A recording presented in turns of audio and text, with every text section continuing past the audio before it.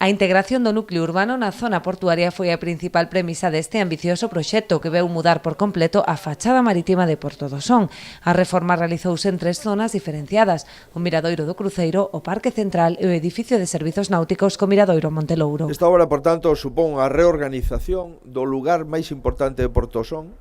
que é a convivencia de toda a xente que ven por aquí, os pescadores e os mariscadores, e desta industria, que probablemente é a industria máis importante do pobo, que é a industria pesqueira. Se pode acreditar esta reorganización do vial con un novo trazado, con novos materiais, un edificio de servizos náuticos que está ao fondo,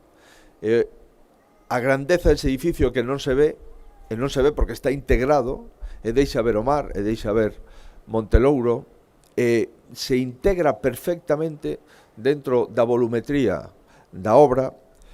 Supón unha armonización, como decían os arquitectos, de que as rúas que nacen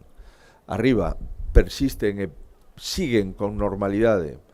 e con fluidez ata o carón do mar. O presidente da Xunta destacou a importancia deste tipo de actuacións que favorecen a convivencia do pobo e o porto, mantendo a actividade pesqueira como piar económico das vilas costeiras. A posibilidade de integrar o pobo dentro da fachada e de preservar a actividade económica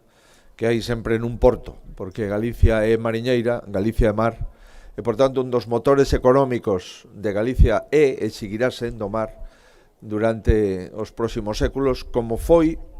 o mar durante os séculos anteriores. Este investimento vense sumar as numerosas actuacións previstas pola Xunta no municipio, como o novo colexio de Portosín e a recuperación da praia de Coira, o novo centro de saúde de Porto do Son, a depuradora de Queiruga e as melloras nas lonxas de Portosín e Porto do Son.